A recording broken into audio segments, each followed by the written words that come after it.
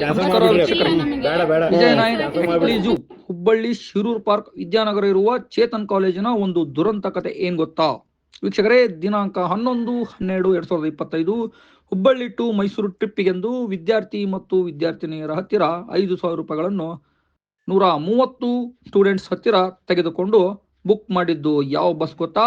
KSRTC sitting bus ಅವರ ಜೊತೆಗೆ ಒಪ್ಪಂದ ಮಾಡಿದ್ದರು. ಆದರೆ ಪಾಲಕರ ಆಕ್ರೋಶವೇನೆಂದರೆ, ನೀವು ನಮ್ಮ ಮಕ್ಕಳಿಗೆ ತೆಗೆದುಕೊಂಡಿರುವ ದುಡ್ಡು 5,000, ನೀವು ಯಾಕೆ ಖಾಸಗಿ ಬಸ್ ಮಾಡಿಲ್ಲ ಎಂದು ಕಾಲೇಜಿನ ವ್ಯವಸ್ಥಾಪಕರಿಗೆ ಪಾಲಕರು ಪ್ರಶ್ನೆ ಮಾಡಿದ್ದಾರೆ. ನೀವು ಈ ರೀತಿ ನಮ್ಮ ದುಡ್ಡನ್ನು ಕಬಳಿಸುತ್ತೀರಾ ಎಂದು ಪಾಲಕರು ಆಕ್ರೋಶ ವ್ಯಕ್ತಪಡಿಸಿದ್ದಾರೆ.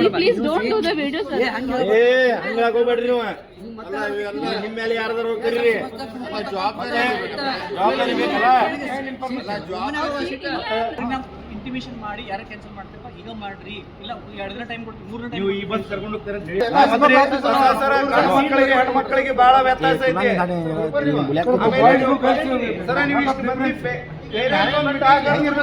ನಮಗೆ ನೀವು ಬುದ್ಧಿ ಹೇಳ್ಬೇಕು, ಅವತ್ತು ನಿಮ್ಗೆ ನಾವು ಬುದ್ಧಿ ಹೇಳೋದು